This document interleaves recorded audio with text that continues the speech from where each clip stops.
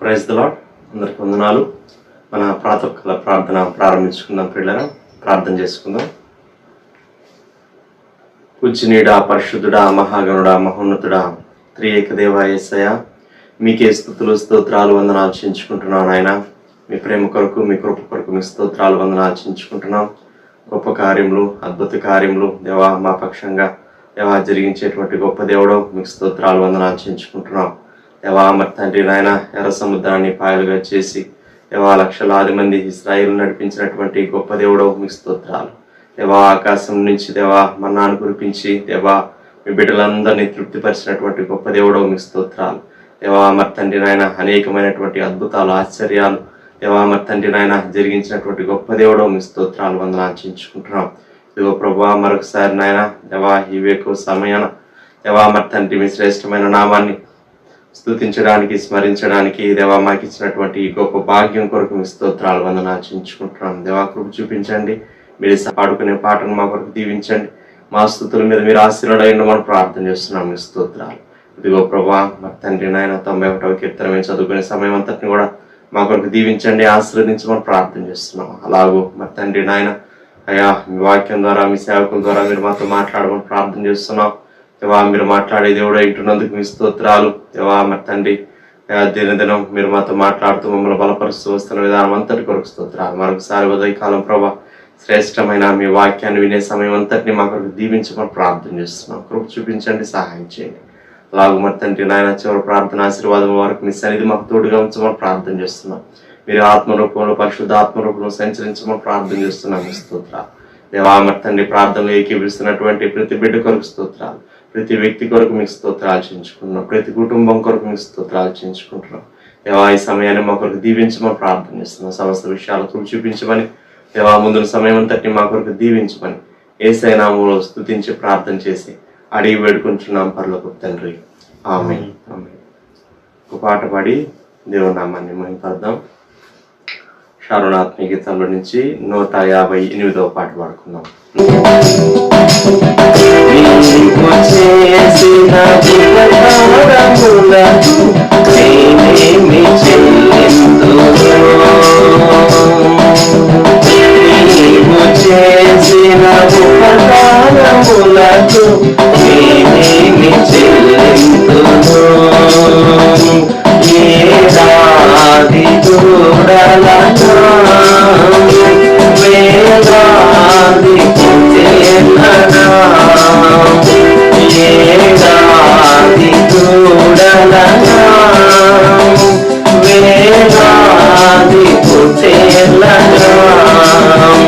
నీవు చేసిన ఉపకారములకు నేనేమి చెల్లింతును. వేలాది నదులంతా విస్తార తైలము నీకిచ్చిన చాలునా. వేలాది నదులంతా విస్తార తైలము నీకిచ్చిన చాలునా. గర్భఫలమైన నా జ్యేష్ఠ పుత్రుని నీకిచ్చిన చాలునా. గర్భఫలమైన నా జ్యేష్ఠ పుత్రుని నీకిచ్చిన చాలునా. నీవు చేసిన ఉపకారములకు నేనేమి చెల్లింతును. విరిగి నలిగిన మర్యాదముగను నా హృదయమర్పింతును. విరిగి నలిగిన మర్యాదముగను నా హృదయమర్పింతును.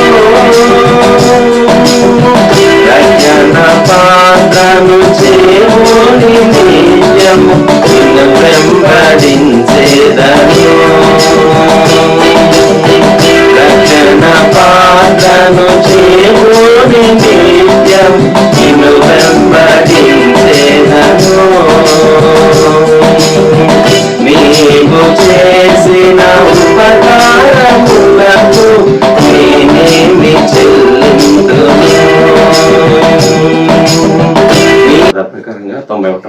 వాక్యం చదువుకుంటారా? మహోన్నతుని చాటున నివసించువాడే సర్వశక్తి నివసించువాడు. మహోన్నతుని చాటున నివసించువాడే సర్వశక్తి నివసించువాడు. ఆయన నాకు ఆశ్రయము, నా కోట, నేను నమ్ముకున్న దేవుడని యెహోవాను గురించి చెప్తున్నాను. ఆయనే నాకు ఆశ్రయము, నా కోట, నేను నమ్ముకున్న నా దేవుడని నేను యెహోవాను గురించి చెప్తున్నాను. వేటకాని ఊరిలో నుండి ఆయన నిన్ను విడిపించును, నాశనకరమైన తెగులు రాకుండా నిన్ను రక్షించును. వేటకాని ఊరిలో నుండి ఆయన నిన్ను విడిపించును, నాశనకరమైన తెగులు రాకుండా నిన్ను రక్షించును. ఆయన తన రెక్కలతో నిన్ను కప్పును, ఆయన రెక్కల కింద నీకు ఆశ్రయం కలుగును. ఆయన సత్యం కేయడంలో డాలునై ఉన్నది. ఆయన తన రెక్కలతో నిన్ను కప్పును, ఆయన రెక్కల కింద నీకు ఆశ్రయం కలుగును. ఆయన సత్యము కేయడము డాలునైనది. రాత్రి వేళ కలుగు భయమునికైనను, పగటి వేళ ఎగురు బాణమునికైనను, రాత్రి వేళ కలుగు భయమునకైనను, పగటి వేళ ఎగురు బాణమునకైనను, చీకటిలో సంచరించు తెగులకైనను, మధ్యాహ్నం మంది పాడు చేయ రోగములకైనను నీవు భయపడుకుందువు. చీకటిలో సంచరించు తెగులకైనను, మధ్యాహ్నం మంది పాడు చేయ రోగములకైనను నీవు భయపడుకుందువు. నీ ప్రక్కన 1000 మంది పడినాను, నీ కుడి ప్రక్కన 10,000 మంది కూలినను అపాయం ఎందుకు రాదు. నీ ప్రక్కన 1000 మంది పడినను, నీ కుడి ప్రక్కన 10,000 మంది కూలినను అపాయం నీ ఎద్దుకు రాదు. నీవు కనులారా చూచుండగా భక్తిహీనులకు ప్రతిఫలం కలుగును. నీవు కనులారా చూచుండగా భక్తిహీనులకు ప్రతిఫలం కలుగును. యెహోవా నీవే నా ఆశ్రయమని నీవు ఉన్నతమైన దేవుని నివాసంగా చేసుకుని ఉన్నావు. యెహోవా నీవే నా ఆశ్రయము అని నీవు మహోన్నతుడైన దేవుని నీకు నివాసస్థలముగా చేసుకుని ఉన్నావు. అపాయం ఏమీ రాదు, ఏ తెగులు నీ గుడారం సమీపించదు. నీకు అపాయమేమీ రాదు, ఏ తెగులును నీ గుడారమును సమీపించదు. మార్గములన్నింటిలో నిన్ను కాపాడటకు ఆయన నిన్ను గురించి తన దూతలకు ఆజ్ఞాపించును. నీ మార్గములన్నింటిలో నిన్ను కాపాడటకు ఆయన నిన్ను గూర్చి తన దూతలకు ఆజ్ఞాపించును. పాదములకు రాయి తాగకుండా వారిని తమ చేతుల మీద ఎత్తి పట్టుకుందరు. నీ పాదములకు రాయి తగలకుండా వారిని తమ చేతుల మీద ఎత్తి పట్టుకుందరు. నీ సింహంలో నావు పాములు దొరికెదవు, కొదమ సింహంలో భుజంగము నడవ దొరికెదవు. నీ సింహములను నాగు పాములను త్రొక్కెదవు, కొదమ సింహములను భుజంగమున నడవదొక్కెదవు. అతను నన్ను ప్రేమించున్నాడు కనుక నేను అతను తప్పించదను, అతను నా నామం వెతికిన వాడు కనుక నేను అతను కనపరచదను. అతడు నన్ను ప్రేమించున్నాడు గనుక నేను అతను తప్పించదను, అతడు నా నామం ఎరిగిన వాడు గనుక నేను అతను కనపరచదను. అతను నాకు మొరపెట్టగా నేను అతనికి ఉత్తరం ఇచ్చదను, శ్రమలో నేను అతను తోడేండేదని అతను విడిపించదను, గొప్ప చేసేదను. అతడు నాకు మొరపెట్టగా నేను అతనికి ఉత్తరం ఇచ్చేదను, శ్రమలో నేను అతనికి తోడేండేదను, అతను విడిపించి అతనికి గొప్ప చేసేదను. దీర్ఘాయు చేత అతన్ని తృప్తిపరచదను, నా రక్షణ అతనికి చూపించదను. దీర్ఘాయువు చేత అతన్ని తృప్తిపరచేదను, నా రక్షణ అతనికి చూపించేదను. దేవుని వాక్యం ఉందాం పిల్లరా. దైవజనురాలు బాలంటి గారు వచ్చి మనకు దేవుని వాక్యం అందిస్తారు. ప్రభువైన యేసుక్రీస్తు నామంలో మీకు శుభములు తెలియజేస్తున్నాను. పౌలు రోమీయులకు రాసిన పత్రిక 8వ అధ్యాయం 31వ వచనం చదువుకున్నాం. ఇట్లుండగా ఏమందుము, దేవుడు మన పక్షమున నుండగా మనకు విరోధి ఎవడు? ఇంగ్లీష్లో కూడా చదువుతాను. If God be for us, who can be against us? If God be for us, who can be against us? ప్రార్థన చేసుకుందాం. పరిశుద్ధుడా, ప్రేమ కలిగిన దేవా, కృపగల మా రక్షగా మీకు స్తోత్రాలు నాయన. దయగలిగిన తండ్రి మీకు వందనాలయ్యా. నీ యొక్క కృపా కనికరముల చొప్పున, దయా దాక్షిణ్యముల చొప్పున, కరుణ కటాక్షముల చొప్పున మీరు మమ్మల్ని సజీవులుగా ఉంచుతున్నారు. మా తండ్రి, మేము మనుగడ కలిగి భూమి మీద కొనసాగడానికి మీరు మాకు సహాయం చేస్తున్నారు. మీకు స్తోత్రములు చెల్లించుకుంటున్నాం. మా తండ్రి, ఈ నూతన దిన ప్రవేశం కూడా నీ కృప ద్వారానే మేము అందుకున్నామని ఒప్పుకుంటున్నాం. నీ సన్నిధిలోనికి కూడా మీరు ఇచ్చిన ఈ ప్రవేశము, ఇది కూడా నీ అత్యధికమైన కృపలో మీరు మాకు అనుగ్రహించిన గొప్ప భాగ్యమని ఎంచుకొని మేము మిమ్మల్ని స్తుతిస్తున్నాం, మిమ్మల్ని ఘనపరుస్తున్నాం, మిమ్మల్ని హెచ్చిస్తున్నాం, మిమ్మల్ని పూజిస్తున్నాం. ప్రభా, ఇంతవరకు మాకు తోడుగా ఉన్నారు. పాట ద్వారా మీ నామాన్ని గొప్ప చేయడానికి, మిమ్మల్ని స్తుతించడానికి నాయన మీరు మాకు సహాయం చేశారు. మీకు స్తోత్రాలు. ఈ ప్రాతకాల సమయంలో నీ లేఖనాల చుట్టూరా మేము చేరి ఉండగా మీరు మీ వాక్యంను మా కొరకు ఆశీర్వదించండి. మీ వాక్యం ద్వారా మాతో మాట్లాడండి. మీ వాక్యం ద్వారా మమ్మలను సంధించండి, దర్శించండి. మా తండ్రి, మమ్మలను బలపరచండి, మమ్మల్ని ముందుకు నడిపించండి. మీరే మాకు తోడుగుండమని, మీ దాసురాలిగా నన్ను మీ చేతుల్లో అప్పగించుకుంటున్నాను ప్రభా. వాడుకోనమని, మహిమను పొందమని, కృప చూపమని యేసు నామములోనే ప్రార్థిస్తున్నాము తండ్రి, ఆమేన్. ప్రియమైన వారలారా, ఈ ఉదయకాల సమయంలో అపోస్తులైన పౌలు చెప్పిన ఒక మాటను గురించి, లేకపోతే తాను ఒక ఇచ్చిన ఒక స్టేట్మెంట్ ను గురించి మనం ఆలోచన చేయబోతున్నాం. ఇంకొక రంగా చెప్పాలంటే ఇది ఒక ఛాలెంజ్. దేవుని పక్షముగా మరి అపోస్తులైన పౌలు ఆనాటి విశ్వాసులకు వేసిన ఒక సవాలు అని మనం కూడా చెప్పుకోవచ్చు. ఈ భాగాన్ని మనం ఈ సమయంలో పరిశీలన చేయబోతున్నాం. ఇట్లుండగా ఏమందము, దేవుడు మన పక్షమున ఉండగా మనకు విరోధి ఎవడు? ఇట్లుండగా ఏమందుము అంటే, ఇలా ఉంటే ఇన్ని విషయాలు జరిగితే ఇన్ని గొప్ప కార్యాలు మన పక్షంగా దేవుడు చేసిన తర్వాత ఇక దేవుడు మన పక్షంగా ఉన్నాడు కదా, ఉన్నాడన్న దానికి ఇన్ని ఆధారాలు ఇన్ని రుజువులు ఇచ్చిన తర్వాత ఇక మనకి who can stand against us, మనకి విరోధంగా ఎవరు నిలబడగలరు అని చెప్పి పౌలు ఆనాటి విశ్వాసులను బలపరుస్తున్నాడు. ఆ పైన వచనాలు కనుక మనం చూసుకుంటా వస్తే 28, 29, 30 వచనాలు, దేవుడు తను ప్రేమించే వారికి సమస్తాన్ని మేలు కలుగుటకు సమకూరుస్తాడని, తర్వాత ఆయన మరి సహోదరులు ఆయన జ్యేష్ఠుడై ఉండగా మనల్ని తన యొక్క సహోదరత్వంలోకి ఆయన పిలుచుకున్నాడని, తద్వారా ఆయన మనల్ని తన సారూప్యంలోకి తీసుకొచ్చుకోబోతున్నాడు. దాని కొరకు ఆయన మనల్ని ముందుగా నిర్ణయించుకున్నాడు, ఏర్పాటు చేసుకున్నాడు, పిలుచుకున్నాడు, నీతిమంతులుగా తీర్చాడు, మహిమపరచబోతున్నాడు అనే విషయాలు చెప్పుకుంటూ వచ్చి ఇన్ని విషయాలు లేకపోతే ఎంత భరోసా మనకి ఇచ్చిన తర్వాత ఇట్లుండగా ఏమందుము, దేవుడు మన పక్షముగా ఉండగా మనకి విరోధి ఎవడు? ఈ ఉదయకాల సమయంలో దేవుడు మన పక్షముగా ఉన్నాడు అనే అంశాన్ని గురించి ఆలోచన చేయబోతున్నాం. God is on our side. దేవుడు మన పక్షంగా ఉండబట్టే మనం ఈరోజు సజీవంగా ఉన్నాం. ఆయన యొక్క ప్రణాళిక చొప్పున సజీవంగా ఉన్నాం, ఆయన ప్రణాళిక చొప్పున ఆరోగ్యంగా ఉన్నాం, ఆయన ప్రణాళిక చొప్పున ఉద్యోగాలు చేసుకుంటున్నాం, లేకపోతే పనులు చేసుకుంటున్నాం, చక్కగా నడుస్తున్నాం, మరి అన్ని చక్కని అవయవాలన్నీ మరి చక్కని పరిస్థితుల్లో ఉన్నాయి. ఇదంతా దేవుడు మన పక్షంగా ఉన్నాడు కనుక ఆయన ప్రణాళిక చొప్పున మన జీవితంలో తన కార్యాలను కొనసాగింప చేస్తూ వస్తున్నాడు. కనుక దేవుడు మనతో ఉన్నాడు, దేవుడు మన పక్షంగా ఉన్నాడు అన్న సంగతి ఎప్పటికీ మర్చిపోకూడదు. ఆయన మనతో ఉండబట్టే, ఆయన మన పక్షంగా ఉండబట్టే మనం ఈరోజు ముందుకు సాగి వెళ్తున్నాం. అయితే ఒక మాట నేను ముందుగా గుర్తు చేయాలనుకుంటున్నాను. దేవుడు మన పక్షంగా ఉంటే మనకి ఏమి జరుగుతుంది? ఆయన మన పక్షంగా ఉండి ఆయన మన పక్షంగా చేసిన కార్యాలేంటి, చేయగలిగిన కార్యాలేంటి అనేది ఆలోచించక మునుపు అసలు మన దేవుడు ఎటువంటి వాడో దేవుని వాక్యం నుంచి జ్ఞాపకం చేయాలనుకుంటున్నాను. దేవుడు ఎట్టివాడో, ఆయన ఎటువంటి వాడో తెలుసుకోవాలంటే మరి ఆదికాండం నుంచి ప్రకటన గ్రంథం వరకు ధ్యానం చేసుకుంటూ చదువుకుంటూ వెళ్తే ఆయన ఎంత గొప్పవాడో, మహోన్నతుడో, బలవంతుడో, జ్ఞానవంతుడో, ఇలాగ చాలా చాలా విషయాలు మనకు అందుతూ వస్తాయి. అయితే నేను 2 లేక 3 విషయాలు ఈ సందర్భానికి మరి సరిపోయే రీతిగా నేను జ్ఞాపకం చేయాలనుకుంటున్నా. మన పక్షముగా ఉన్న దేవుడు ఎటువంటి వాడు చూద్దాం రండి. మరి ద్వితీయోపదేశకాండంలోకి వెళ్దాం. ద్వితీయోపదేశకాండము 10వ అధ్యాయం 17వ వచనం. ఏలయనగా నీ దేవుడైన యెహోవా పరమ దేవుడును పరమ ప్రభువునై ఉన్నాడు. ఆయనే మహాదేవుడు, పరాక్రమవంతుడు, భయంకరుడైన దేవుడు. ఆయన నరుల ముఖమును లక్ష్య పెట్టని వాడు, లంచము పుచ్చుకొనని వాడు. నీ దేవుడు ఎవరు? నీ దేవుడు ఎలాంటి వాడు? నీ పక్షంగా ఉన్నాను అని చెప్తున్న దేవుడు ఎటువంటి వాడు అని కనుక చూస్తే, నీ పక్షంగా ఉన్న దేవుడు పరమ దేవుడును పరమ ప్రభువునై ఉన్నాడు. ఆయన పరలోకానికి భూలోకానికి లేక పరలోకంలో ఉండే పరమ దేవుడు పరమ ప్రభువునై ఉన్నాడు. ఆయనే మహాదేవుడు, ఆయనే పరమదేవుడు, ఆయనే పరమ ప్రభు, ఆయనే మహాదేవుడు. ఇంకా భీకరమైన మాటలున్నాయి. ఆయన పరాక్రమవంతుడు, ఆయన భయంకరుడైన దేవుడు. మన పక్షంగా ఉన్న దేవుడు పరాక్రమం కలిగిన దేవుడు, పరాక్రమవంతుడు, పరమదేవుడు, పరమ ప్రభువు, మహాదేవుడు, భీకరుడైన దేవుడు, భయంకరుడైన దేవుడు. ఇది ఇంగ్లీష్ లో ఉంటుంది. భయపడవలసిన దేవుడు అంట. నీవు నేను ఆయనకు ఎంతైనా భయము కలిగి బ్రతకాల్సిన వారంగా ఉన్నాం. అంత భీకరుడైన భయంకరుడైన దేవుడు. ఆయన నరుల ముఖమును లక్ష్య పెట్టువాడు కాదు, లంచాలు పుచ్చుకునేవాడు కాదు. అంటే God he's got definite values. దేవునికి దైవ ప్రమాణాలనే ఉన్నవి కనుక ఆయన మనుషుల్ని చూచి, నరుల ముఖాలను చూచి, ఓ ఈయన అని చెప్పి ఒక ప్రత్యేకమైన గుర్తింపు, ఓ ఈయన అసలు నేను పట్టించుకోక్కర్లేదు అనే తత్వము కాదు దేవునిది. ఆయన నరుల ముఖమును లక్ష్య పెట్టువాడు కాదు. ఒకవేళ దేవుడికి మనం ఏమైనా లంచాలు ఇస్తే లంచాలు పుచ్చుకునేవాడు కూడా కాదు సుమా. కొంతమంది దేవుడికి లంచం ఇవ్వడానికి ప్రయత్నం చేస్తారు. ఏదో ఒక కార్యాన్ని పూనుకుంటారు. దేవా ఈ కార్యం గనక నువ్వు చెయ్యాలి దేవా, నువ్వు లేకపోతే నువ్వు నా పక్షంగా లేకపోతే ఈ కార్యం నేను చేసుకోలేను, ఇదిగో లంచం అని చెప్పి తీసుకొచ్చి కొన్నిసార్లు కొంతమంది ఒక దురుద్దేశంతో, దుర్బుద్ధితో, సరైన అవగాహన లేకుండా దేవునికి కానుకలు తీసుకొని వస్తుంటారు. అందుకే దేవుని సన్నిధిలోకి నువ్వు తీసుకొచ్చే కానుక కూడా ఏ ఉద్దేశంతో తెస్తున్నావో కూడా నువ్వు పరీక్షించుకో.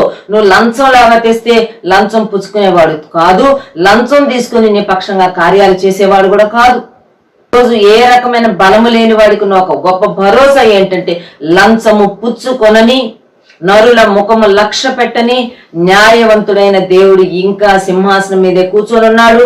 ఆయన రాజ్య పరిపాలన చేస్తున్నాడు.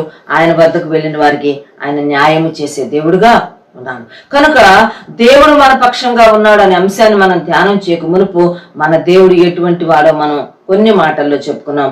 ఆయన పరమ దేవుడు, పరమ ప్రభువు, మహాదేవుడు, పరాక్రమవంతుడు, భయంకరుడైన దేవుడు, లంచం పుచ్చుకోడు, నరుల ముఖాన్ని లక్ష్య పెట్టేవాడు కాదు. ప్రియమైన వారులారా, ఈ దేవుణ్ణి మనం మన పక్షంగా కలిగి ఉన్నామనే విషయాన్ని మనం మర్చిపోకూడదు. నిర్గమకాండం 15వ అధ్యాయం 3వ వచనంలో ఉంటుంది, యుద్ధ శూరుడైన యెహోవా అని ఆయనకు పేరు. ఓ మాట ప్రకటన గ్రంథం 19వ అధ్యాయం 11వ వచనంలో ఉంటుంది, యుద్ధములు జరిగించువాడు, యుద్ధములలో జయము పొందిన మన దేవుడు గొప్ప దేవుడు అనే విషయాన్ని మనం ఈ ఉదయకాలం జ్ఞాపకం చేసుకుంటున్నాం. కనుక రోమాపత్రిక 8వ అధ్యాయం 31 వచనంలో ఏమన్నదంటే, ఇట్లుండగా ఏమందుము, దేవుడు మన పక్షముగా ఉండగా మనకి విరోధి ఎవరు? Who can be against us? మనకు విరోధంగా ఉండి మనకు విరోధిగా లేచిన వాడు ఏమి చేయగలడు? మనకి ఏమి చేయలేడు. ఎందుకో తెలుసా? గొప్ప దేవుడు, బలవంతుడైన దేవుడు, భూమి ఆకాశాలను సృష్టించిన దేవుడు నీ పక్షంగా ఉంటే నీకు విరోధంగా వచ్చేవాడు, నీకు విరోధంగా నిలబడేవాడు నీకేమి చేయలేడు. అందుకే యెషయా గ్రంథం 54వ అధ్యాయం 7వ వచనంలో ఉంటుంది, నీకు విరోధంగా రూపింపబడిన ఏ ఆయుధము వర్ధిల్లదు. అది ఆయుధం కావచ్చు, వ్యక్తి కావచ్చు, అంశము కావచ్చు, పరిస్థితి కావచ్చు, ఏదైనా కావచ్చు, నీకు విరోధంగా నిలబడింది ఏది వర్ధిల్లదు. ఎందుకో తెలుసా? నీ పక్షంగా ఉన్నవాడు గొప్పవాడై ఉన్నాడు, నీ పక్షంగా దేవుడు ఉన్నాడనే విషయాన్ని మనం ఉదయకాల సమయంలో ఆలోచించబోతున్నాం. కనుక దేవుడు ఇప్పుడు మన పక్షంగా ఉండి ఆయన what can he do for us, మన కోసం ఆయన ఏమేమి చేయగలడు, లేక ఆయన ఏమేమి చేస్తూ వచ్చాడు అనే విషయాలు మనం ఆలోచన చేయబోతున్నాం. చూడండి, ఇదే రోమాపత్రిక 8వ అధ్యాయంలో ఆయన మన పక్షంగా ఉండి ఏమి చేశాడో మొట్టమొదటి 8:26 ఆఖరి లైన్ చదువుతాను. ఆ ఆత్మ తానే మన పక్షముగా విజ్ఞాపనము చేయుచున్నాడు. ఆయన మన పక్షముగా ఉన్నాడు. ఆయన మన బలహీనతను చూచి మనకు సహాయం చేయుచున్నాడు. ఏలయనగా మనకు యుక్తంగా ఎలాగూ ప్రార్థన చేయవలనో తెలియదు గనుక ఉచ్చరింప శక్యము కాని మూలుగులతో ఆ ఆత్మ, పరిశుద్ధాత్మ నిన్ను నన్ను ఆదరించటానికి, నిన్ను నన్ను సత్యంలో నడిపించటానికి సంఘం మీదకి పంపబడిన పరిశుద్ధాత్ముడు, దైవాత్మ మన పక్షంగా విజ్ఞాపన చేయువాడుగా ఉన్నాడు. తర్వాత మాట కూడా 27లో ఉంటది, ఆయన దేవుని చిత్త ప్రకారము పరిశుద్ధుల కొరకు విజ్ఞాపనము చేయుచున్నాడు. కనుక పరిశుద్ధుల కొరకు విజ్ఞాపన చేస్తున్నాడు, మన కొరకు విజ్ఞాపన చేస్తున్నాడు. కిందకి రండి, 34వ వచనంలో ఉంటది, శిక్ష విధించువాడు ఎవడు? మనకంటూ శిక్ష అంటూ విధించగలిగితే ఎవరున్నారు? చనిపోయిన యేసుక్రీస్తే. మన కోసం ప్రాణం పెట్టిన వాడే, మన దోష నివృత్తి కోసం ప్రాణం పెట్టిన వాడే శిక్ష విధించాలి. అయితే ఆయన మృతులలో నుండి లేచిన వాడుగా ఉన్నాడు, దేవుని కుడిపార్శ్వం ఈ రోజు ఉన్నాడు. అంతేకాదు నీ కోసం, నా కోసం, మన పక్షముగా ఆయన దేవునికి విజ్ఞాపన చేస్తాను. ప్రియమైన వారులారా, జ్ఞాపకం పెట్టుకున్నాం. మొదటి విషయం ఏంటంటే, మన పక్షముగా ఉన్నవాడు మన పక్షంగా విజ్ఞాపన చేస్తున్నాడు. చాలా సార్లు మన కోసం మనం సరిగ్గా విజ్ఞాపన చేసుకోము. మన కోసం మనకి ఎలా చేసుకోవాలో తెలియదు, లేకపోతే మన ఫ్యామిలీ కోసం మనకి ఎలా చేసుకోవాలో ప్రార్థన తెలీదు. మన సంఘం కోసం మనం చేసే ప్రార్థన చాలా సార్లు అది పర్ఫెక్ట్ ఇంటర్సెషన్ గా ఉండదు, సరిపోయిన చాలినంత సంపూర్ణమైన విజ్ఞాపనగా ఉండదు. మన ప్రపంచ దేశాల కోసం, లేకపోతే మనం ఎదుర్కొంటున్న పరిస్థితుల కోసం జరుగుతున్న ప్రార్థనలు, విజ్ఞాపనలు అవి చాలినవి కాకపోవచ్చు, చాలినంత విజ్ఞాపన జరగకపోవచ్చు. అయితే ఒక గొప్ప విషయం ఏంటంటే, నీ కొరకు, నా కొరకు, నీ పక్షంగా, నా పక్షంగా తండ్రి కుడిపార్శ్వమున ఉండి ఆయన విజ్ఞాపన చేస్తున్నాడు. ఆయన విజ్ఞాపన కర్త. He is author of intercession. విజ్ఞాపనకు కర్త అయి ఉన్నాడు. ఆయన విజ్ఞాపన చేస్తా ఉంటే నీవు నేను ఆయన విజ్ఞాపనకు ఇంకా కొంచెం కొంచెం కొంచెం యాడ్ చేస్తూ వెళ్తున్నాం. అంతేగాని సంపూర్ణమైన, పరిపూర్ణమైన విజ్ఞాపన దేవుడు చేస్తున్నాడు. ఈరోజు మన పక్షంగా తండ్రి సన్నిధిలో ఉండి మానక రాత్రింబగళ్ళు విజ్ఞాపన చేస్తున్నాడు. మనము చేసుకోలేని కార్యము, మన కొరకు ఇతరులు చేస్తున్న కార్యము అది చాలినదిగా ఉండనప్పుడు ఆయనే మన పక్షంగా విజ్ఞాపన చేస్తాం. చూడండి, హెబ్రీ పత్రికలో కూడా ఈ మాట ఉంటుంది. 7వ అధ్యాయం 25వ వచనం, హెబ్రీ, మన ద్వారా దేవుని యొద్దకు వచ్చు వారి పక్షమున విజ్ఞాపన చేయుటకు నిరంతరము జీవించుచున్నాడు. చనిపోయిన వాడు ఎందుకు తిరిగి లేచాడంటే మృతులలో నుండి, ఎందుకు కుడిపార్శ్వమున చేరాడంటే తండ్రికి దేవుడు తన పక్షమున చేరుతున్న వారి కొరకు నిరంతరము విజ్ఞాపన చేయడానికే జీవించున్నాడు. ఎందుకు ప్రభు సమాధిలో నుంచి లేచాడు? మరణం జయించాడు, లోకాన్ని జయించి సమస్తాన్ని జయించి ఈరోజు సజీవుడిగా తండ్రి కుడిపార్శ్వం ఎందుకున్నాడంటే తన పక్షముగా ఉన్న వారందరి కొరకు నిరంతరము విజ్ఞాపన, అన్సీజింగ్లీ, ఆపకుండా విజ్ఞాపన చేయడానికి ఈరోజు తండ్రి కుడిపార్శ్వమున ఆయన జీవిస్తున్నాడు. ఎంత బాగుంది, ఎంత ధైర్యం. ఈరోజు మన కోసం ప్రార్థన చేసే వాళ్ళు లేకపోవచ్చు. కొన్నిసార్లు మనం డెజోలేట్ గా అందరు మనల్ని వదిలిపెట్టేశారేమో, మన కొరకు ఎవరు ప్రార్థన చేయట్లేదు, మన గురించి ఎవరికి భారం లేదనుకుంటా అనిపిస్తుందేమో. అలాంటి సమయంలో గుర్తు పెట్టుకోవాల్సిన విషయం, జ్ఞాపకం చేసుకోవాల్సిన విషయం ఏంటంటే నీ కొరకు నా కొరకు నిరంతరము విజ్ఞాపన చేయడానికే ఆయన మరణాన్ని జయించి తిరిగి లేచి ఈరోజు దేవుడు కుడిపార్శ్వమున ఉండి విజ్ఞాపన చేస్తున్నాడు. ఇది మొదటి అంశం. రెండోది ఏంటంటే రెండవ అంశము కీర్తన 68:20. దేవుడు మా పక్షమున పూర్ణ రక్షణ కలుగజేయు దేవుడై ఉన్నాడు, మరణము తప్పించరా ప్రభు అయిన యెహోవా వశము. మరణము అంటూ తప్పించాలంటే దేవుడు తప్పించాల్సిందే. సో మరణము తప్పించుట దేవుని వశము, మా పక్షముగా దేవుడు పూర్ణ రక్షణ కలుగజేయు ఓ దేవుడై ఉన్నాడు. ప్రియమైన వారులారా, మన పక్షంగా దేవుడు విజ్ఞాపన చేస్తున్నాడు. రెండోది, మన పక్షంగా దేవుడు పూర్ణ రక్షణ, పర్ఫెక్ట్ సాల్వేషన్ ఆయన ఇచ్చే దేవుడుగా ఉన్నాడు. ఒక హెబ్రీ పత్రిక 7వ అధ్యాయం ఆ యొక్క 25వ వచనంలో కూడా అదే మాట ఉంది. దేవుడు తన పక్షంగా వారి పక్షం ఆయన పక్షంగా చేర్చున్న వారి కొరకు నిరంతరము విజ్ఞాపన చేయువాడును, అంత మాత్రమే కాకుండా వారిని సంపూర్ణముగా రక్షించు దేవుడై ఉన్నాడు. హెబ్రీ 7:25లో ఆ మాట మనకు కనబడుతుంది. వారి విషయంలోకి వెళ్దాం. చూడండి, ద్వితీయోపదేశకాండము 3వ అధ్యాయం 22వ వచనం. దేవుడైన యెహోవా మీ పక్షముగా యుద్ధము చేయువాడు గనుక వారికి భయపడవద్దని ఆజ్ఞాపించి తిని. మూడోది, మీ దేవుడైన యెహోవా మీ పక్షముగా యుద్ధము చేయవాడు, మీ పక్షముగా విజ్ఞాపన చేయవాడు, మీ పక్షముగా పూర్ణ రక్షణ కలుగు చేయవాడు. మూడోది, మీ పక్షంగా యుద్ధము చేయవాడు. దేవుడు మన పక్షంగా యుద్ధాలు చేస్తాడంట. యుద్ధాలు చేయడం అవసరమా? విశ్వాసం యుద్ధాలు చేయాలా, పోరాటాలు చేయాలా అంటే కాదు. మనం యుద్ధాలకు వెళ్ళటల్లా, మన పక్షం మనకు వ్యతిరేకంగా యుద్ధాలు చేసే వాళ్ళు ఉన్నారు. మనకు విరోధంగా శత్రుగణం లేచి మనతో యుద్ధం చేస్తున్నప్పుడు మనం కాదు, మన పక్షంగా మన దేవుడు యుద్ధం చేస్తాడంట. విరోధులు నీకేమి చేయగలరు? నీతో యుద్ధం చేసేవారితో నీ దేవుడైన యెహోవా యుద్ధం చేసేవాడుగా ఉన్నాడంట. నేను 2-3 విషయాలు జ్ఞాపకం చేస్తాను. ఇశ్రాయేలీలు ఐగుప్తు దేశంలో నుంచి బయటకు వచ్చారు. వారికి దేవుడు వాగ్దానం చేసిన పాలు తేలు ప్రవహించే ఆ కనాన్ దేశం వైపు వారు ప్రయాణం ప్రారంభించారు. వారు ప్రయాణం చేస్తా ఉన్నారు. కొద్ది దినాలైంది ప్రయాణం, అంతే. వారు అలా ప్రయాణం చేస్తూ ఉండగా వారిని ఐగుప్తులో నుంచి విడుదల చేసిన, లేకపోతే అలౌ చేసిన, అనుమతించి పంపించేసిన ఐగుప్తీయులకి, ఫరో రాజుకి, అరే ఎందుకు వదిలేసాం, మనము వెళ్ళి మనం వాళ్ళని తిరిగి వెనక్కి తెచ్చుకుందాం. ఇంతమంది వెళ్ళిపోయారే, బహుశా దేశం అంతా ఖాళీ అయిపోయిందేమో, 20 లక్షల మంది వెళ్ళిపోయారు, మన పనివారంతా వెళ్ళిపోయారు, మన దాసులుగా మనకి కఠినమైన సేవలు చేస్తున్న పనివారు మనకు లేకుండా వెళ్ళిపోయారే అని చెప్పి వాళ్ళని తరుముకుంటా వారిని వెంబడిస్తా ఉన్నారు. ఐగుప్తు సైన్యము ఇశ్రాయేలీలను చేస్తా వచ్చే టైంకి వారు ఎర్ర సముద్రం దగ్గరికి వచ్చారు. ముందు ఎర్ర సముద్రం ఉంది, వెనక్కి తిరిగి చూసుకుంటే చాలా దూరాన ఐగుప్తు యొక్క రథాలు, గుర్రాలు, సైన్యం కనబడతా ఉంది. 2 పక్షాల అరణ్యం, కీకారణ్యంలో వారు చిక్కుపోయారు. ఆ పరిస్థితుల్లో ఏమి చేయలేని నిస్సహాయ పరిస్థితుల్లో వారు చాలా గజగజలాడిపోతున్నప్పుడు మోషే దేవుని వైపు చూస్తాడు. దేవా, ఏం చేయాలి? వీళ్ళందరూ తన మీద లేస్తా ఉంటారు. నువ్వు మమ్మల్ని ఇక్కడ తీసుకొచ్చావు, మమ్మల్ని ఏం చేయబోతున్నావు? ఐగుప్తులో మాకు సమాధులు లేవనా, మమ్మల్ని ఇక్కడ తీసుకొచ్చావు, ఈ అరణ్యంలో మమ్మల్ని చచ్చిపోవడానికి తీసుకొచ్చావని వారు మోషే అహరోనుల మీద తిరగబడినప్పుడు దేవుడు మోషేతో మాట్లాడుతున్నాడు. చూడండి, నిర్గమకాండము 14వ అధ్యాయం 14వ వచనం. 14:14లో యెహోవా మీ పక్షమున యుద్ధము చేయును, మీరు ఊరకయే ఉండవల్లని ప్రజలతో చెప్పాను.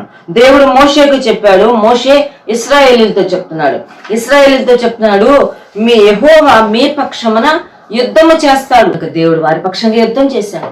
ఆశ్చర్యకరంగా యుద్ధం చేశాడు. ఒక గొప్ప గాలి వచ్చి ఆ యొక్క తూర్పు గాలి చేత ఎర్ర సముద్రం 2 పాయలుగా చేయబడింది. మోషే తన చేతిలో ఉన్న కర్రను మరి ఎర్ర సముద్రం వైపు చూపించడం, వెంటనే తూర్పు గాలి వచ్చి ఆ సముద్రాన్ని 2 పాయలుగా చేసి ఆరిన నేల ఏర్పడింది. ఆరిన నేల మీద ఈ యొక్క 20 లక్షల మంది తక్కువ లేకుండా ఎర్ర సముద్రాన్ని దాటి అవతలకు వెళ్ళిపోయారు.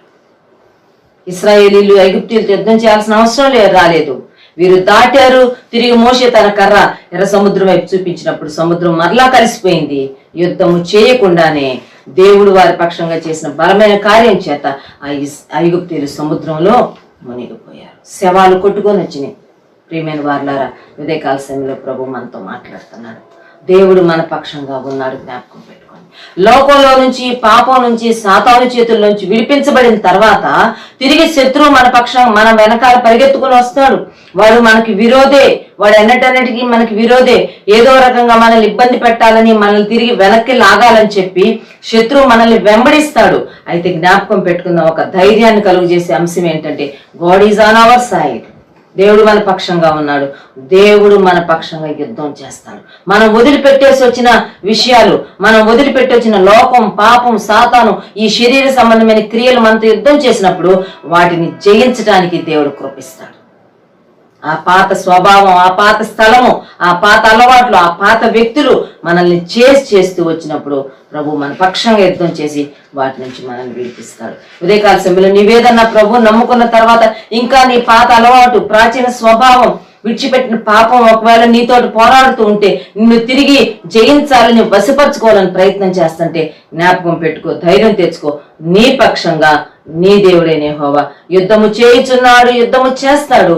ఆ పాతది ఏదైనా కానివ్వండి, దాన్ని ఒక రోజు నువ్వు జయిస్తావు. అది నీ చేతుల్లో చిత్తుగా ఓడిపోద్దనేది ఉదయకాలం ప్రభు మన జ్ఞాపకం చేస్తున్నాడు. రెండో విషయంలో గనక మనం వస్తే, నెహెమ్యా గ్రంథం 4వ అధ్యాయం 20వ వచనం. నెహెమ్యా గ్రంథంలో కూడా తిరిగి నెహెమ్యా ఇదే మాట తనతో ఉన్న దేవుని ప్రజలకు జ్ఞాపకం చేస్తాడు. నెహెమ్యా గ్రంథం 4వ అధ్యాయం 20వ వచనం. ఇక్కడ కాంటెక్స్ట్ ఏంటంటే, మరి నెహెమ్యా రాజైన అర్తహషస్త దగ్గర పర్మిషన్ తీసుకొని ఇశ్రాయేలు యూదా దేశానికి తిరిగి వస్తాడు. అక్కడికి ఎందుకు వచ్చాడు తానంటే, యెరూషలేము చుట్టూరా ఉన్న ప్రాకారాలు శిథిలాలుగానే ఉన్నాయని, తర్వాత 12 గేట్స్ ని, 12 లార్జ్ గేట్స్ ని కాల్ చేసేశారు, అవి అలాగే ఉన్నాయని చెప్పినప్పుడు చాలా ఫీల్ అవుతాడు. ఇంతకాలం గడిచిపోయినా కానీ ఇంకా ఎందుకు రెస్టోర్ కాలేదు, ఎందుకు యెరూషలేము చుట్టూరు ఉన్న ప్రాకారాలు తిరిగి మరి కట్టబడలేదు, గుమ్మాలు ఎందుకు తిరిగి నిలబెట్టబడలేదని చాలా అప్సెట్ అయ్యి చాలా సిక్లీ లుక్ తో ఉన్నప్పుడు అర్తహషస్త రాజు అడుగుతాడు. అర్తహషస్త రాజుకి నెహెమ్యా కప్పు అందించేవాడు, కప్పు బేరర్, ద్రాక్ష రసాన్ని అందించేవాడు.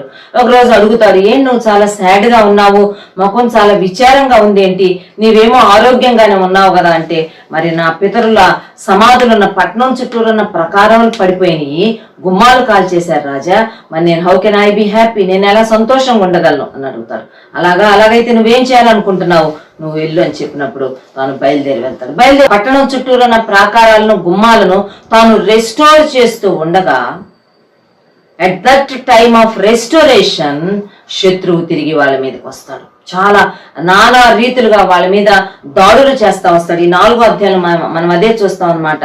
ఆ మొదటి వచనంలో ఉంటుంది 4:1, మేము గోడ కట్టుచున్న సమాచారము విని సన్బల్లట్టు మిగుల కోపగించి రౌద్రుడై యూదులను ఎగతాళి చేయడానికి బయలుదేరి వస్తాడు. పడిపోయిన గోడలు తిరిగి కట్టుకుంటున్నందుకు, కాలిపోయిన గుమ్మాలను తిరిగి నిలబెట్టుకుంటున్న వార్త వినగానే శత్రువులు బయలుదేరి వచ్చేసి వీళ్ళని ఎగతాళి చేస్తున్నారు. వీళ్ళ చుట్టూరా చేరి నానా రకాలైన జోక్స్ వేస్తున్నారు. ఎన్నో ఏళ్ల క్రితం పడిపోయిన ఈ యొక్క గోడలు మీరు నిలబెట్టాలనుకుంటున్నారా, ఈ పని మీరే చేయాలనుకుంటున్నారా, ఈ పని మీరే కంప్లీట్ చేసుకోవాలనుకుంటున్నారా, మీ యొక్క పనులు ఒక్కరోజు అయిపోతాయి అనుకుంటున్నారా, మీరు అసలు ఈ చెత్తను ఏం చేస్తారు, కుప్పలుగా పడిపోయిన రాళ్ళని ఏం చేయబోతున్నారు, మీరు కట్టిన గోడల మీద ఒక నక్క దూకితే ఆ గోడ కూలిపోద్దని చెప్పి చాలా వాళ్ళని నిరాశలోకి తీసుకెళ్తా వాళ్ళ మీద నానా రకాలుగా దాడులు చేస్తుంటారు. సెటైర్లు, సర్కాస్టిక్ గా మాట్లాడతా, ఎగతాళి చేస్తా, జోక్స్ వేస్తా, అంతేకాకుండా ఓకుమ్మడిగా చాలా మంది యుద్ధానికి వచ్చేసేస్తారు. వాళ్ళ మీదకి యుద్ధం చేద్దామని వాళ్ళు బయలుదేరి వచ్చినప్పుడు వీళ్ళు చాలా నిస్సహాయ పరిస్థితుల్లో వారు దేవుని వైపు చూస్తూ ఉంటారు. 8వ వచనంలో ఉంటుంది, మిగుల కోపపడి యెరూషలేము మీదకి యుద్ధమునకు వచ్చి పని ఆటంకపరచవలనని వారందరూ కట్టి మమ్ములను కలతపరచగా, యుద్ధం చేయాలని బయలుదేరి వచ్చారు. ఒక కట్టుగా బయలుదేరి వచ్చారు. వాళ్ళ మీదకి వచ్చేసినప్పుడు చాలా డిస్టర్బ్ అయిపోయారు. ఆ పరిస్థితుల్లో నెహమ్యా ప్రార్థన చేస్తాడు. నెహమ్యా దేవుని ప్రజల్ని ఎంకరేజ్ చేస్తాడు. 9వ వచనంలో ప్రార్థన చేస్తున్నాడు అని ఉంది. 14వ వచనంలో వారందరినీ తాను ఎంకరేజ్ చేస్తాడు. ఆఖరికి తాను ఒక మాట అంటాడు చూడండి, 4వ అధ్యాయం 20వ వచనం, గనుక ఏ స్థలంలో మీకు బాకానాదం వినబడును అక్కడికి మా యుద్ధకు రండి, మన దేవుడు మన పక్షముగా యుద్ధము చేయను. మీరందరూ ఎవరి ఖడ్గాలు వారు ధరించి ఉండమని చెప్తాడు. ఈ చుట్టూరా సిటీ చుట్టూరా మరి శత్రువులు బయలుదేరి వచ్చేసారు కనుక వాళ్ళు గనక ఏదన్నా యుద్ధానికి గనక దిగితే, వార్ బ్రేక్ అయితే మేము యుద్ధనాదం బాకానాదం వినిపిస్తాం మీకు, వెంటనే మీరు ఆ ప్లేస్ కి వచ్చేసేయండి. అయితే గుర్తుపెట్టుకోండి, మన దేవుడు మన పక్షంగా యుద్ధము చేయడు. మీరేం భయపడొద్దు, యుద్ధం చేయాల్సి వస్తేమో అనుకుంటున్నారేమో, యుద్ధం చేయాల్సిన అవసరం లేదు. కానీ ఖడ్గదారులై ఉండండి, శత్రువు మూకుమ్మడిగా దిగొస్తే బాకానాదం ఊదినప్పుడు వచ్చేసేయండి. అయితే మీరు యుద్ధం చేయక్కర్లేదు, మన దేవుడు మన పక్షంగా యుద్ధము చేయండి. ప్రియమైన వారలారా, నెహమ్యా తన ప్రజలకు ఆ టీచింగ్ ఇచ్చేశాడు.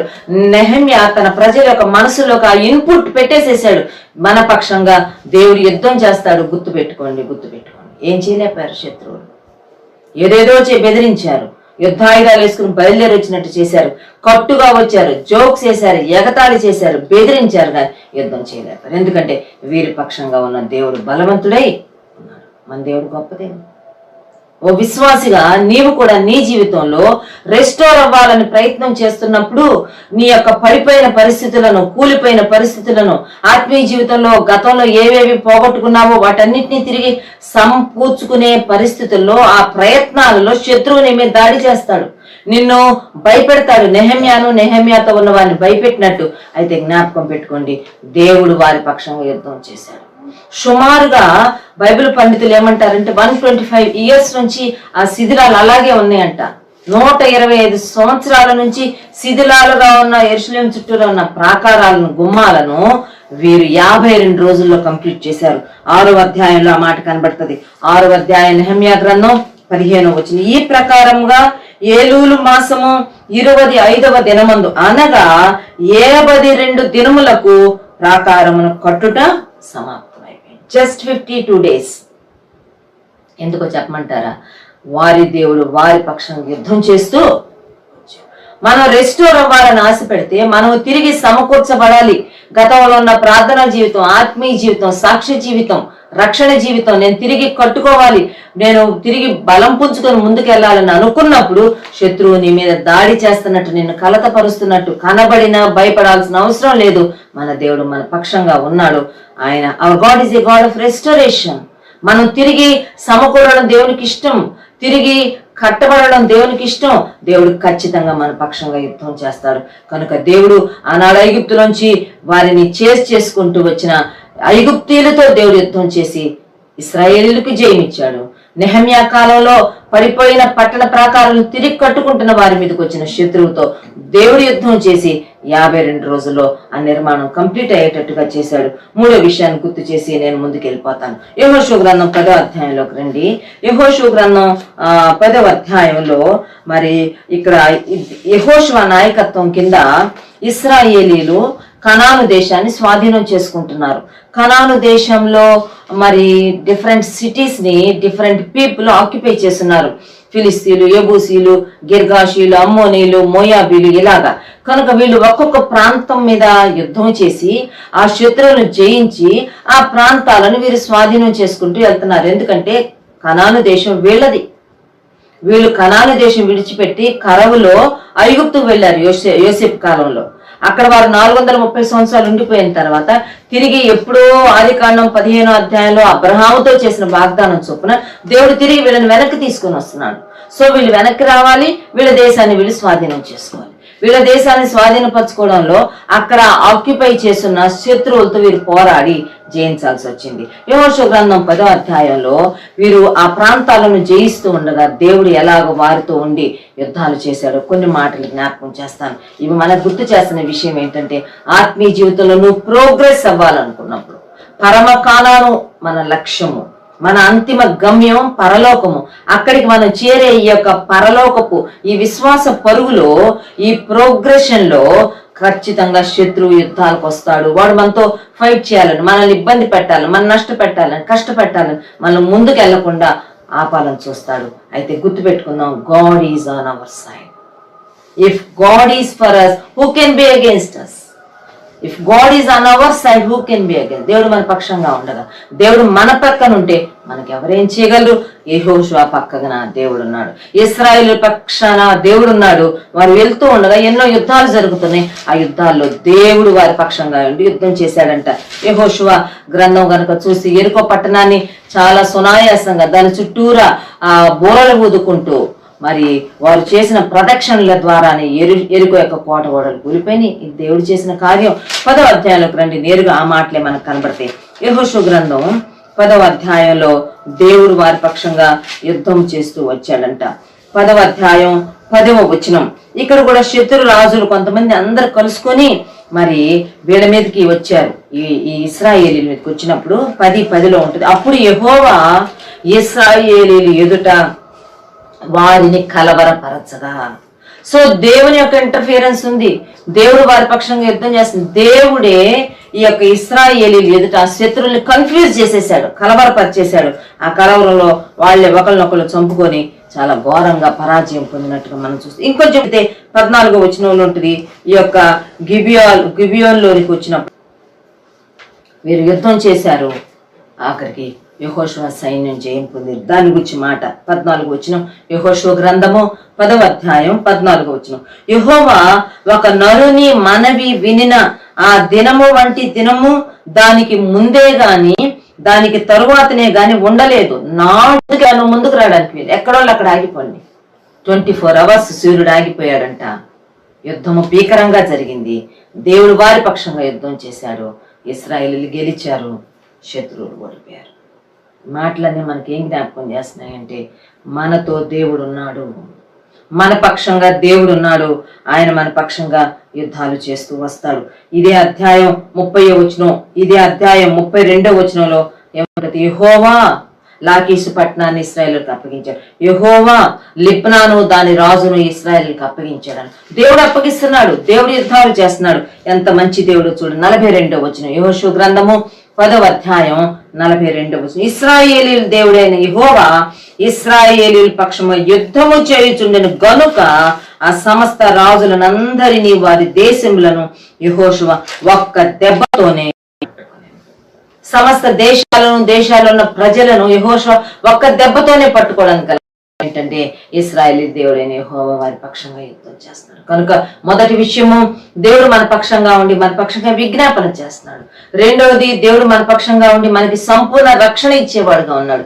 మూడవది, దేవుడు మన పక్షంగా ఉండి మన పక్షంగా ఆయన యుద్ధాలు చేస్తాడు.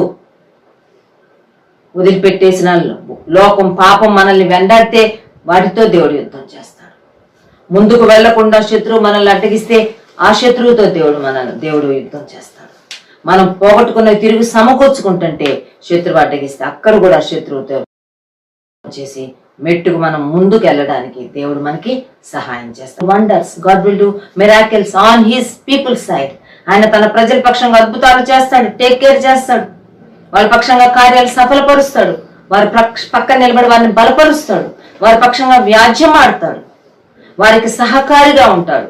యుద్ధాలు చేస్తాడు, విజ్ఞాపన చేస్తాడు, పూర్ణ రక్షణ కలుగు చేస్తాడు. ఉదయకాల సమయంలో ఆలోచన చేసుకుందాం, నిర్ణయం చేసుకుందాం. ఒక క్లారిటీతో ప్రభు ప్రార్థన చేద్దాం. ప్రభా, నేను నీ పక్షంగా ఉన్నాను, నీవు నా పక్షంగా ఉన్నావు, నీకు వందనాలు. నీ సాక్షిగా అంతం వరకు నన్ను కొనసాగింపు చేయి.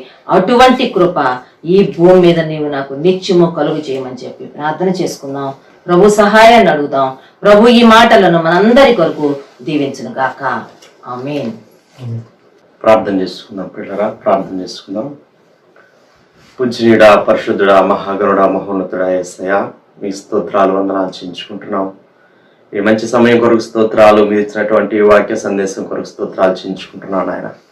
దేవా మరి తండ్రి, మీరు మా పక్షాన ఉండేటువంటి దేవుడని, దేవా మీరు మాతో మాట్లాడినటువంటి విధానం అంతటి కొరకు స్తోత్రాలు. దేవా మరి తండ్రి నాయన, మీరు పరమదేవుడై ఉన్నారని, దేవా మరి తండ్రి నాయన, భయంకరుడైనటువంటి దేవుడు, దేవా మరి తండ్రి అయా మనుషులను లక్ష్య పెట్టువాడు కాదని, దేవా లంచం పుచ్చుకునేవాడు కాదని, దేవా మీరు మాకు సెలవిచ్చిన విధానం అంతటి కొరకు స్తోత్రాలు వందనాలు చేయించుకుంటున్నాం. దేవా ప్రభా అయా, మీరు అనేకమైనటువంటి శ్రేష్టమైన మరి తండ్రి గుణ లక్షణాలు, అలాగూ శక్తి కలిగినటువంటి దేవుడు, అందుని బట్టి స్తోత్రాలు వందనాలు చేయించుకుంటున్నాను ఆయన.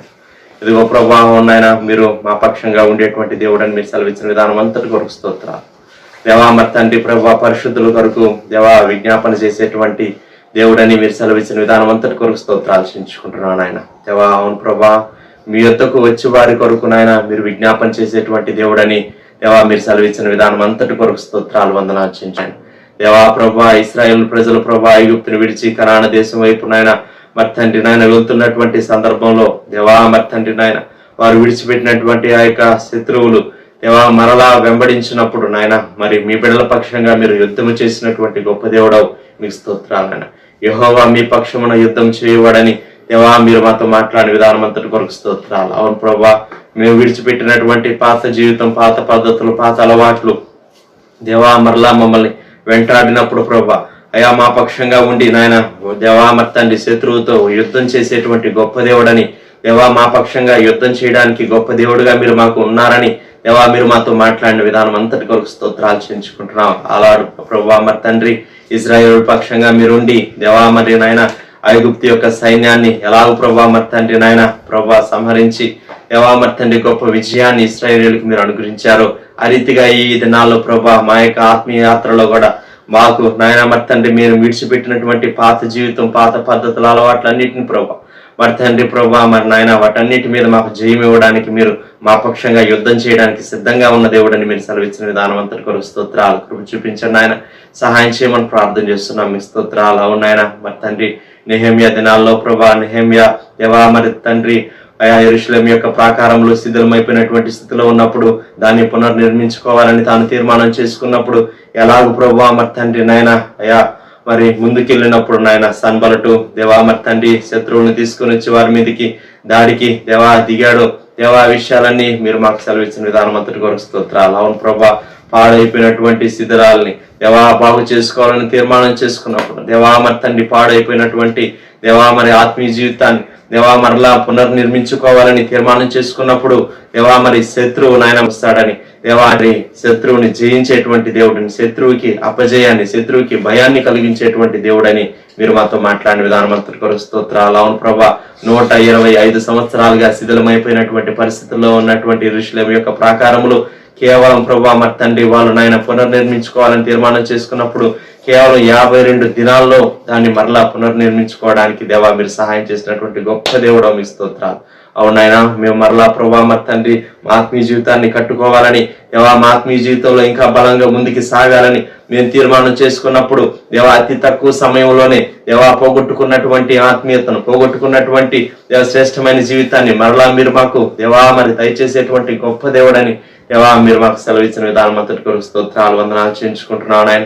దేవా కృప చూపించండి. అవును ప్రభా దేవా మేము ఆత్మీయ జీవితంలో ముందుకు సాగిపోవాలన్నప్పుడు మీరు మా పక్షంగా ఉండి యుద్ధాలు చేసేటువంటి గొప్ప దేవుడు అని మీరు సెలవిచ్చినందుకు విధానం అంతటి కొరకు స్తోత్రాలు. అవును ప్రభా, యెహోషువ మరి తండ్రి నాయన సూర్యుడిని నాయన ఆపినటువంటి దేవా పరిస్థితులు దేవా మరి తండ్రి మీరు మాకు బయలుపరిచినటువంటి విధానం అంతటి కొరకు మీ స్తోత్రాలు వందనాలు చేయించుకుంటున్నాం. దేవా మరి తండ్రి నాయన కృప చూపించండి, మీరే సహాయం చేయమని ప్రార్థన చేస్తున్నాం. చక్కగా వాక్కు ప్రభా మా అందరి హృదయాల్లో నీకంటే ఫలింప చేయమని ప్రార్థన చేస్తున్నాం. సమస్త విషయాలు కృప చూపించండి. ఇదిగో దేవా మరి తండ్రి ప్రభా ఈ ప్రార్థనలో ఏకీవించినటువంటి ప్రతి బిడ్డ కొరకు మీ స్తోత్రాలు వందనాలు చేయించుకుంటున్నాం. ప్రతి ఒక్కరిని కూడా జ్ఞాపకం చేసుకొని దీవించండి.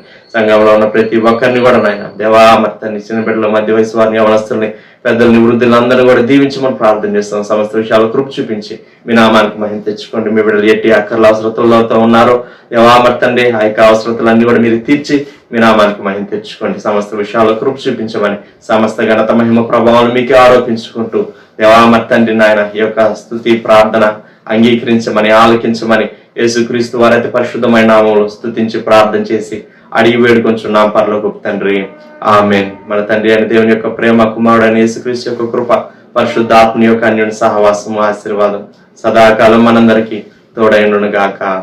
ఆమేన్.